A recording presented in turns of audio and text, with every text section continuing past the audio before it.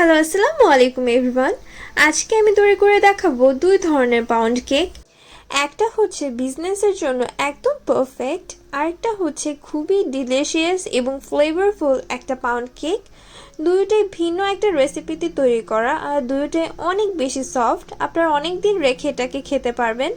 প্রথম রেসিপিটার জন্য কিছু এক্সট্রা ইনগ্রেডিয়েন্টস লাগবে, যেমন হচ্ছে অরেঞ্জ জুস আর হচ্ছে ক্রিম চিজ। আমি প্রথম রেসিপিটা শুরু করছি।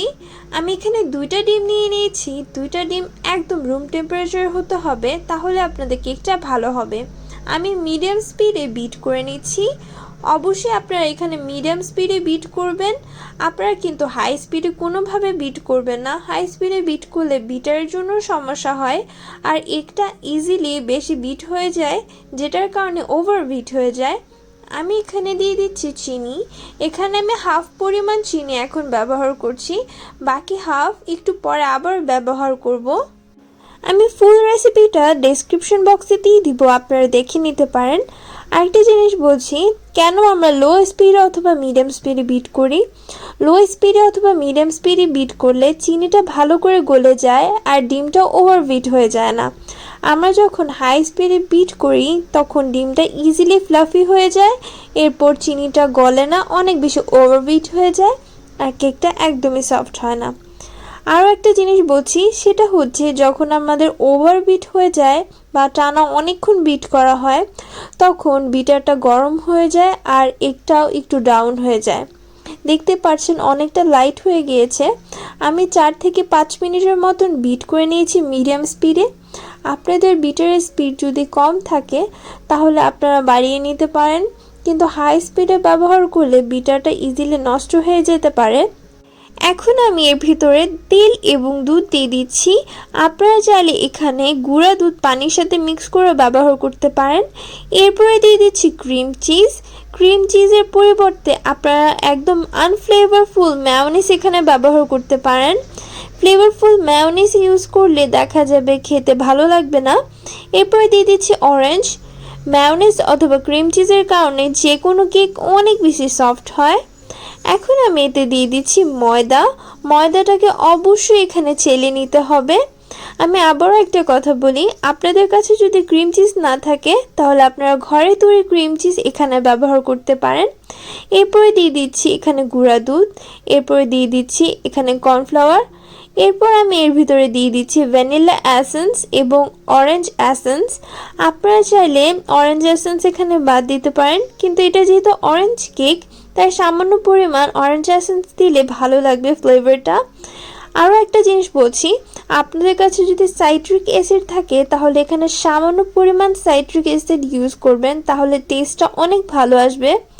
যেহেতু সাইট্রিক অ্যাসিডের টেস্ট টক হয়ে থাকে অথবা লেবুর নির্যাস থেকে তৈরি হয়, যখন কেকের ভিতরে সামান্য পরিমাণ 1 চিমটি পরিমাণ সাইট্রিক অ্যাসিড দেওয়া হয় তখন টেস্টটা অনেক বেশি ভালো লাগে।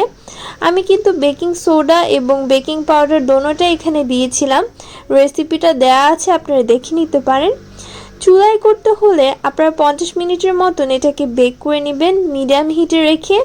আর আপনারা যদি ওভেনে এটাকে তৈরি করেন তাহলে 170 অথবা 160 দিয়ে বেক করে নেবেন 45 মিনিটের মতো। আমি উপরে ঘি দিয়ে দিচ্ছি। এই ঘিয়ের রেসিপিটা আমার চ্যানেলে আছে, বাটার দিয়ে কীভাবে অনেক বেশি ফ্লেভারফুল ঘি তৈরি করা যায় এটার রেসিপি আছে।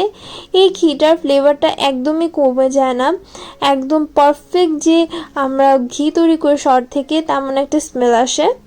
এখন চলে যাচ্ছি সেকেন্ড রেসিপিতে। সেকেন্ড রেসিপিতে আমি একটি ডিম নিয়ে নিচ্ছি। এই ডিমটাও আমি রুম টেম্পারেচারে নিয়েছি। আপনাদের ডিম যদি রুম টেম্পারেচারে না থাকে, ফ্রিজে হয়, তাহলে আপনারা একদম নর্মাল পানিতে রেখে দিবেন আধা ঘন্টার মতো, তাহলে ডিমটা একদম পারফেক্টলি রুম টেম্পারেচার হয়ে যাবে। অনেক সময় দেখা যায় উপরটা নর্মাল টেম্পারেচার হয়ে যায়, ভিতরটা সহজে নরম হয় না ডিমের, তো তাই পানির ভিতর রেখে দিলে অনেক সুন্দরভাবে রুম টেম্পারেচারে চলে আসবে। এরপর আমি এখানে দিয়ে দিচ্ছি চিনি। আমি এই রেসিপিতে চিনিটাকে একবারে দিয়ে দিব। যেহেতু এই রেসিপিটা প্রফেশনাল ওয়েতে তৈরি করা হচ্ছে বা বিজনেসের জন্য তৈরি করা হচ্ছে, তাই আমি ওই প্রসেসেই আপনাদের সাথে শেয়ার করব। এখন ডিমটাকে সুন্দরভাবে ফাটিয়ে নিতে হবে যাতে একদম লাইট একটা কালার চলে আসে। আপনারা কিন্তু এই রেসিপিতে সামান্য পরিমাণ সাইট্রিক অ্যাসিড অথবা ক্রিম অফ টার্টার ইউজ করতে পারেন। ক্রিম অফ টার্টার অথবা সাইট্রিক অ্যাসিড ডিমের যে ফোমটা সেটাকে বেশিক্ষণ ধরে রাখতে সাহায্য করে। এখন আমি এর ভিতর মেল্টেড বাটার এবং হট মিল্ক দিয়ে দিচ্ছি। হট মিল্ক না, এটা ওয়ার্ম মিল্ক বলা যায়। আমি বাটারটাকে প্যানে দিয়ে একটু হালকা গলিয়ে নিয়ে এরপর এর ভিতরে আমি দুধ দিয়ে দিয়েছি। দুধটা দিয়ে কিছুক্ষণ জাল দিয়ে ঘন করে নিয়েছি। অনেক বেশি ঘন করতে হবে না, হালকা একটু জাল দিয়ে নিলেই হবে একবারের মতো। এরপর আমি এর ভিতরে ময়দা দিয়ে দিচ্ছি, এরপর দিয়ে দিচ্ছি কর্নফ্লাওয়ার। কর্নফ্লাওয়ার যে কোনো কেককে সফট করতে অনেক বেশি সাহায্য করে। কর্নফ্লাওয়ার হচ্ছে এক ধরনের স্টার্চ, আর স্টার্চ কখনো বাইন্ডিং করে না, এটা সবসময় সফট থাকে, তাই কেকটাকেও সফট রাখে। আপনারা সবসময় চেষ্টা করবেন যে কোনো ধরনের কর্নফ্লাওয়ার অথবা কর্নস্টার্চ ইউজ করার। এখন আমি আবারও হালকা করে মিক্স করে নিচ্ছি। আমি হালকা করে চেলে ময়দা এবং কর্নফ্লাওয়ারটা দিচ্ছি আর হালকা করে মিক্স করে নিচ্ছি, তাহলে ফোমটা একদম ডেবে যাবে না, হালকা ফ্লাফি থাকবে। দুইটা রেসিপিতে কিন্তু দুই ধরনের টেকনিক আমি ইউজ করেছি।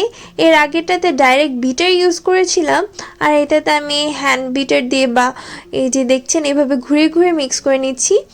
এখন আমি এতে বেকিং পাউডার এবং বেকিং সোডা দুটোটা দিয়ে দিয়েছি। দুটো ডিফারেন্ট গাছ, দুটোই এখানে দিতে হবে। এরপরে দিয়ে দিচ্ছি তেল।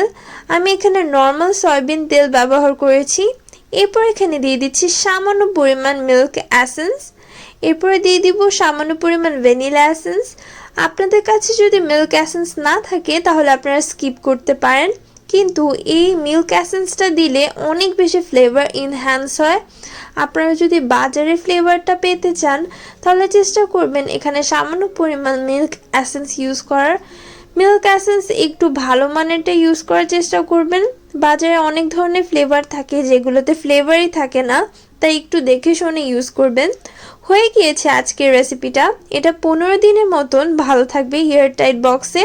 বিজনেসের ক্ষেত্রে এই কেকটা এত ভালো, অনেক দিন সফট থাকে, তাই এটা বিজনেসের ক্ষেত্রে খুবই ভালো। আজকের জন্য এতটুকুই, আবারও দেখা হবে অন্য কোনো ভিডিওতে। আসসালামু আলাইকুম, আল্লাহ হাফিজ।